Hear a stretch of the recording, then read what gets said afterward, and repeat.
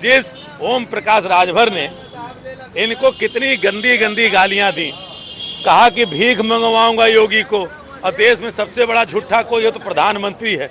ऐसे थूकने चाटने वालों को लेकर के आरती कर रहे हैं। स्वयं नरेंद्र मोदी जी ने फोन करके ओम प्रकाश राजभर को बुलाया। ये राजनीतिक बंजारे हैं। ओम प्रकाश राजभर जैसे लोग बनारस के लोग हैं और गांव कही एक लाइन हम लोग जानी ला कि जब गांव में कुत्ता पागल हो जाला तो पूरा गांव घेर के मारा ला। समझ ला ना, ये गठबंधन उसी का नाम है। ये जो पगलहट छाई हुई है, राहुल गांधी बलिदानियों का खून है, अंग्रेजों के तलवा चाटने वाले लोगों का नहीं, जिसके बाप ने इस देश की आवाम और शांति के लिए अपनी शहादत दी थी। ये क्या बात करेंगे? सावरकर 4-4 बार चिट्ठियां लिख कर, 7-7 बार चिट्ठियां लिख करके माफी मांगने वाले, 60 रुपए पेंशन लेने वाले। नरेंद्र मोदी बताओ इनके पिता किस स्वतंत्रता संघर्ष में थे? आज डॉक्टर मुरली मनोहर जोशी जो बनारस के सांसद हुआ करते थे, उनका बंगला क्यों नहीं छीना गया? अहमदाबाद से जहां से अमित शाह सांसद होते हैं, वहां से लाल कृष्ण आडवाणी सांसद होते थे, उनका बंगला क्यों नहीं छीना गया? वैमनस्यता की राजनीति। 75 साल के इतिहास में किसी सांसद को चोर को चोर कहने की सजा इतनी बड़ी नहीं मिली। साथियों नमस्कार, मैं हूं रजनीश और आप देख रहे हैं जन आदर्श भारत। इस वक्त उत्तर प्रदेश के वाराणसी में है और वाराणसी से लगातार मैं बहुत सारी खबरों को आपके बीच में भेज रहा हूं। आज विपक्ष के लिए बहुत दिन के बाद मुस्कुराने का बहुत बड़ा मौका मिला है। इतना बड़ा मौका है कि जो है अब राहुल गांधी जी जो विपक्ष के तगड़े नेता थे, सबसे बड़े नेता माने जाते हैं, उनकी सदस्यता अब सुप्रीम कोर्ट ने बहाल कर दिया है। और कहीं न कहीं जो कांग्रेस पार्टी के जो कार्यकर्ता हैं, पदाधिकारी और नेता, उनके अंदर खुशियों का माहौल है। और आज हमारे साथ कांग्रेस पार्टी के प्रवक्ता संजीव सिंह जी हमको इसी बनारस में मिल गए हैं चाय पीते हुए। चूँकि हालांकि कोई प्रायोजित नहीं ना हमने इनको बुलाया है, लेकिन मुलाकात हो गई और आज हम देखेंगे कि इनको खुशियों का ठिकाना इनको नहीं होगा। आज बहुत बहुत स्वागत है आपका। धन्यवाद। राहुल गांधी जी की सदस्यता जो निरस्त हो गई थी उसको बहाल कर दिया सुप्रीम कोर्ट। आज तो बहुत ज़्यादा खुशी होगी, तो सबसे पहले उसी पर बात करें। देखिए, ये खुशी हिंदुस्तान के 140 करोड़ जनता की है, क्योंकि संविधान की, न्याय की, सत्य की जीत हुई है। और सुप्रीम कोर्ट ने जिस तरह से कहा है निचली अदालत को कि ऐसी कौन सी बात थी कि आप 1 साल 11 महीने की सज़ा नहीं दिए, 2 साल की दे दिए। और अगर ये बात, क्योंकि राहुल गांधी ने चुनावी सभा में कतई गलत नहीं कहा था जो लोग देश का पैसा लेके भाग रहे हैं वो नीरव मोदी, फला मोदी, मोदी ही क्यों है? अगर मोदी सरनेम, पहली बात कि मोदी एक कोई जाति नहीं है, उसमें नीरव मोदी जो मोदी करते हैं वो जैन हैं, मोदी पीलू मोदी भी हैं, वो मुसलमान हैं, तो मोदी को लेकर के नहीं। और अगर आपके चैनल पे सीधे मैं कहूँगा कि सुप्रीम कोर्ट स्वतः संज्ञान ले, नरेंद्र मोदी जी से लेकर के भारतीय जनता पार्टी के निचले स्तर के नेताओं ने हर बार मुसलमान को क्या बोला है? देशद्रोही है। मुसलमान क्या है? दंगा कराता है। तो ये मुसलमानों की मानहानि नहीं है क्या? योगी आदित्यनाथ कहते हैं मामला सब जुडिस है और राज्य निष्पक्ष होता है। ज्ञानवापी के मैटर में अगर न्यायालय में मामला है, स्टेट का दायित्व होता है कि वो निष्पक्ष होकर भूमिका निभाए। आज योगी आदित्यनाथ कौन सी भाषा बोल रहे हैं? सुप्रीम कोर्ट कह रही है कि ऐसे वक्तव्यों पे, इस तरह के जो लगातार मतलब वक्तव्य दिए जा रहे हैं, इसको रोका जाए। जब मुख्यमंत्री की भाषा ऐसी रहेगी तो क्या यह अवमानना नहीं है? मैं तो कहता हूं कि आज योगी आदित्यनाथ के ऊपर मुकदमा कब दर्ज होगा? क्या इस देश का सर्वोच्च न्यायालय का न्यायाधीश या उत्तर प्रदेश का चीफ जस्टिस इस बात पे स्वतः संज्ञान लेना चाहिए कि नहीं? कैसे एक प्रदेश के मुख्यमंत्री इस बात को बोल सकता है कि अगर वो मस्जिद कहेंगे तो बवाल होगा? कैसे कह सकते हैं? और ये भूल गए हैं कि इन्हीं के नेता हुआ करते थे उत्तर प्रदेश के पूर्व मुख्यमंत्री स्वर्गीय कल्याण सिंह। राज्यपाल होते हुए उस पद की गरिमा को कलंकित किया था। बाबरी मस्जिद के मैटर में सुप्रीम कोर्ट में इन्होंने अपना एफिडेविट दिया था और कहा था कि कोई आंच नहीं आएगी। उसमें सुप्रीम कोर्ट ने दोषी मानते हुए जब राज्यपाल थे स्वर्गीय कल्याण सिंह राजस्थान के, तो 1 दिन की जेल काटे थे। तो ये लोग जिस तरह से नियम और कानून का खिलवाड़, राहुल गांधी ने ऐसा क्या कहा? और इसलिए अब तो जितने 7-7 मानहानि के मुकदमे चल रहे हैं। मैं तो कह रहा हूं कि क्या ये इस बात की मानहानि नहीं है कि भारतीय जनता पार्टी के लोग हर बात में मुसलमान को बोलते हैं? क्या मुसलमानों का मानहानि नहीं हो रहा है?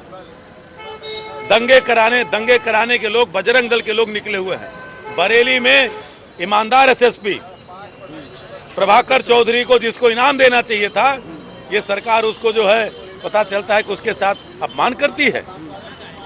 अच्छा, एक बात हम ये जानना चाहेंगे कि राहुल गांधी जी के बारे में ये कहा जा रहा था कि 2031 तक अब तो चुनाव नहीं लड़ पाएंगे, भारतीय जनता पार्टी और मोदी जी के लिए रास्ता बिल्कुल साफ हो गया है। तो हम ये जानना चाहेंगे कि जो अभी इनकी सदस्यता बहाल होने के बाद विपक्ष को बहुत ज़्यादा मजबूती मिली है, ऐसा लग रहा है आपको? देखिए, राहुल गांधी आज एक जननायक की भूमिका में है। उस शख्स ने दुनिया की सबसे बड़ी पदयात्रा की और उस पदयात्रा में आपने देखा तमाम तरह से भारतीय जनता पार्टी के बड़े से लेकर छुटभैया नेताओं ने तमाम कटाक्ष बोले, छोड़ के चले जाएंगे, निकल जाएंगे। लेकिन उनकी 1-1 किलोमीटर की यात्रा, जब वो तूफान में नहीं डरे, भयंकर बर्फबारी में नहीं, गर्मी में, बारिश में, तो एक दिन भारतीय जनता पार्टी के प्रति जो नकारात्मक रवैया राहुल गांधी के प्रति दिखा रहे थे, देश की जनता उनके खिलाफ होती गई। और धीरे धीरे राहुल गांधी ने जिस संभले अंदाज में पदयात्रा करते हुए देश के मुद्दों पर बोला, आज तो मणिपुर देश के प्रधानमंत्री को जाना चाहिए, राहुल गांधी जाते हैं। हमारी तो डबल इंजन नहीं है। आज देश के किसानों की समस्या, उनके एमएसपी का दाम तय नहीं हुआ, राहुल गांधी खेत में धान रोपने चले जाते हैं। राहुल गांधी, ये सरकार 2 करोड़ रोजगार दे रही थी, राहुल गांधी मैकेनिक के बीच में जाके पूछते हैं कि तुम्हारी आय कितनी है। राहुल गांधी ट्रक चालक से जाके पूछते हैं कि आपकी एक दिन की आमदनी कितनी है। तो जननायक बनता नहीं है, बनाया नहीं जाता है। जननायक अपने कर्मों से बनता है। भारतीय जनता पार्टी का एक नेता बताइए जो किसी गरीब की झोपड़ी में गया हो, जाकर पूछने कि तुम्हारी टमाटर खरीद पाते हो कि नहीं, जो जाके पूछता हो कि तुम घी खरीद पाते हो कि नहीं, तुम्हारे बच्चे को स्वास्थ्य की सुविधा मिलती है कि नहीं। केवल आप 9 साल में हिंदू मुसलमान, मंदिर मस्जिद, भारत पाकिस्तान, इसके अलावा भाजपाइयों के पास चौथा कोई सवाल नहीं है। आप भी तो मेरे साथी पत्रकार हैं ईमानदार, आपकी रोजी चल जा रही है। आपके चैनल के मालिक से कहूंगा कि मजीठिया वेज का कानून लागू हुआ था, हैसियत है तो आप अपने मालिक से पूछे कि मजीठिया वेज कानून लागू करो।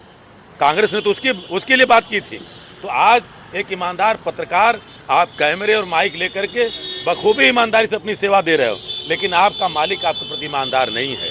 इसलिए ये राहुल गांधी ईमानदारी की बात उठा रहे हैं। और मैं उस शख्स के साथ इतना ही कहना चाहता हूं कि जब सजा हुई थी, हंस के राहुल गांधी ने कहा, एक ही शब्द कहा कि मुझे आजीवन जेल में डाल दो, जीवन भर सदस्यता ले लो, लेकिन आवाज देश के लोकतंत्र की उठाता रहूंगा।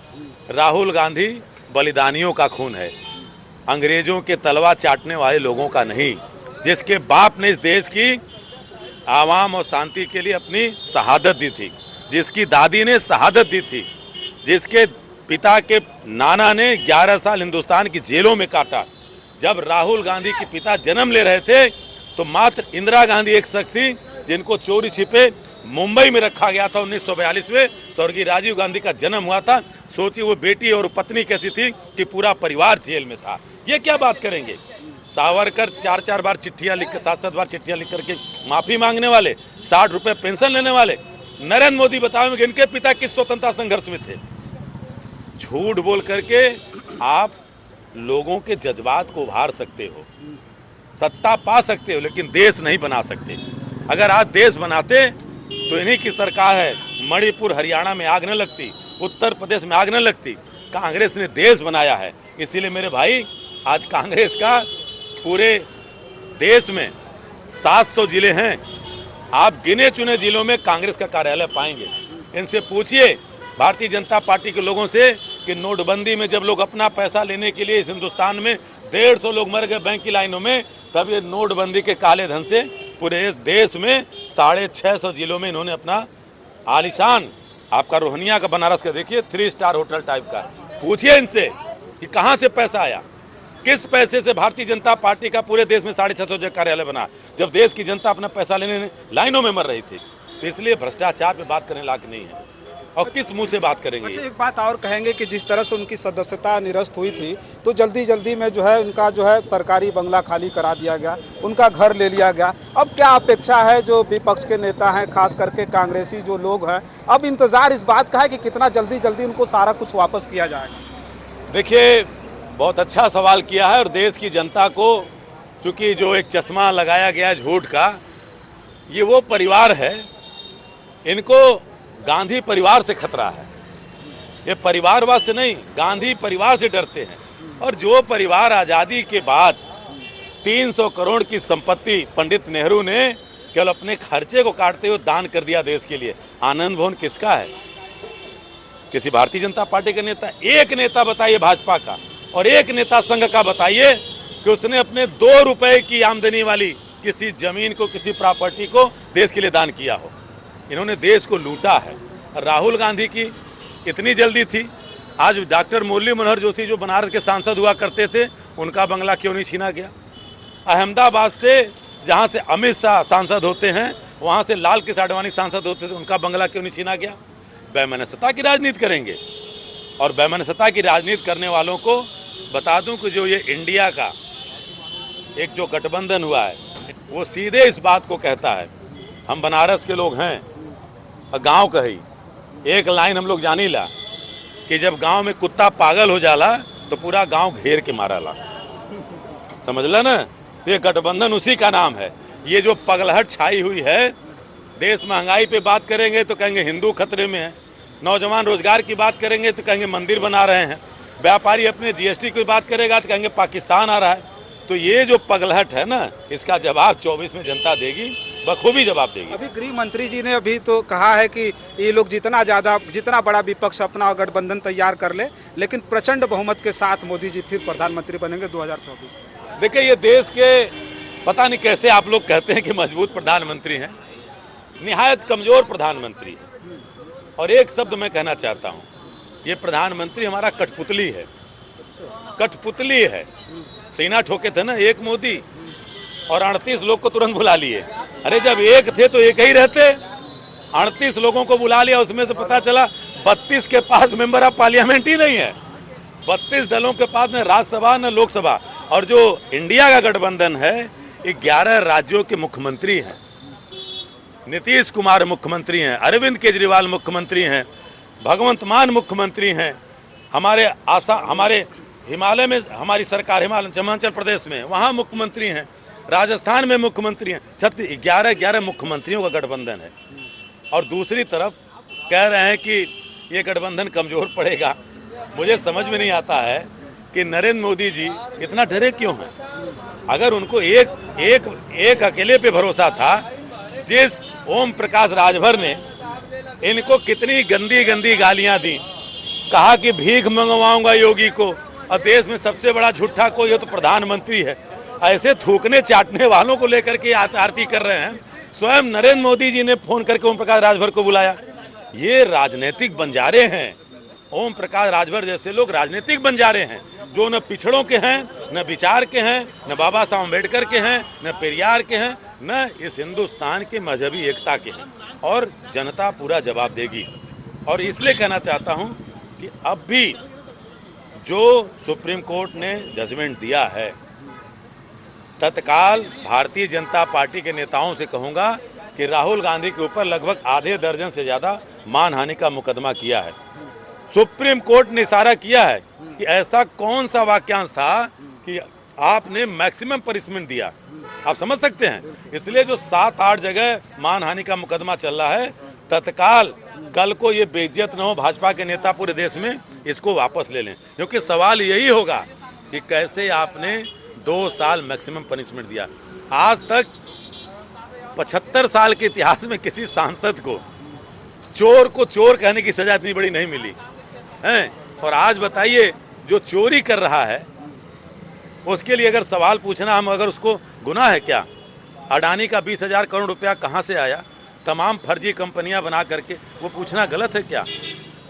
कॉरिडोर के नाम पे बनारस में कितनी लूट हुई, वो पूछना गलत है क्या? माँ गंगा ने बुलाया था, 20,000 करोड़ के नमामि गंगे को इतना साफ किया है कि जब शिंजो आबे आते हैं, वो तो मर गए बेचारे, दिवंगत हो गए जापान के राष्ट्रपति। या माइक्रे आते हैं फ्रांस के, तो आप सफ़ेद पर्दे क्यों लगा देते हो मोदी जी?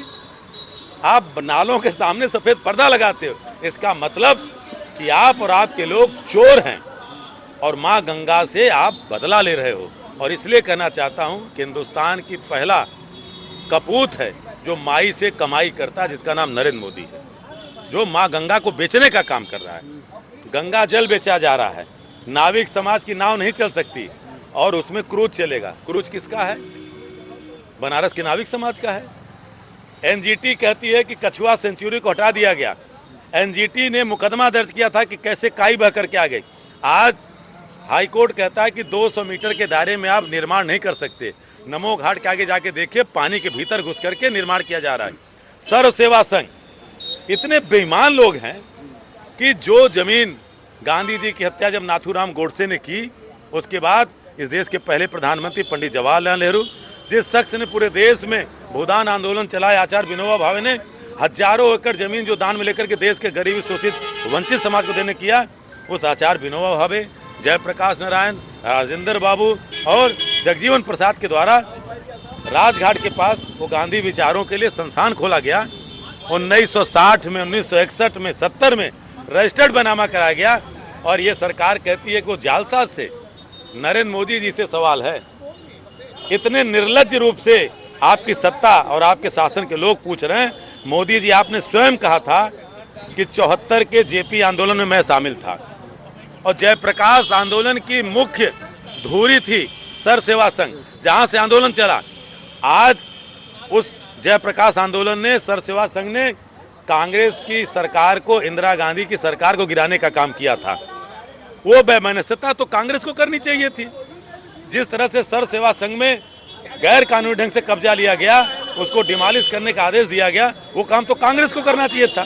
कांग्रेस बेमनस्यता की राजनीति में विश्वास नहीं करती थी। आज नरेंद्र मोदी जी बतावें कि क्या जयप्रकाश नारायण के आंदोलन में गए थे? क्या जयप्रकाश नारायण जालसाज थे? क्या आचार्य विनोबा भावे जालसाज थे? क्या जगजीवन बाबू जालसाज थे? क्या पंडित नेहरू जालसाज थे? या पूरी देश में ईमानदारी की कसम लोग खाते हैं लाल बहादुर शास्त्री की, क्या लाल बहादुर शास्त्री जालसाज थे? ये जवाब नहीं दे सकते, क्योंकि आज ये प्रधानमंत्री हमारा कठपुतली है। ये अपने उद्योगपति मित्रों के लिए गंगा को बेच रहा है, माँ गंगा को बेच रहा है, यहाँ के नाविक समाज को बेच रहा है, यहाँ के गांधी संस्थानों की हत्या और उसको बेच रहा है। इसलिए ये कठपुतली प्रधानमंत्री है, कोई 56 इंच का नहीं है। अगर 56 इंच का होता तो 38 दलों के साथ गठबंधन न करता, अकेले दम पे रहता।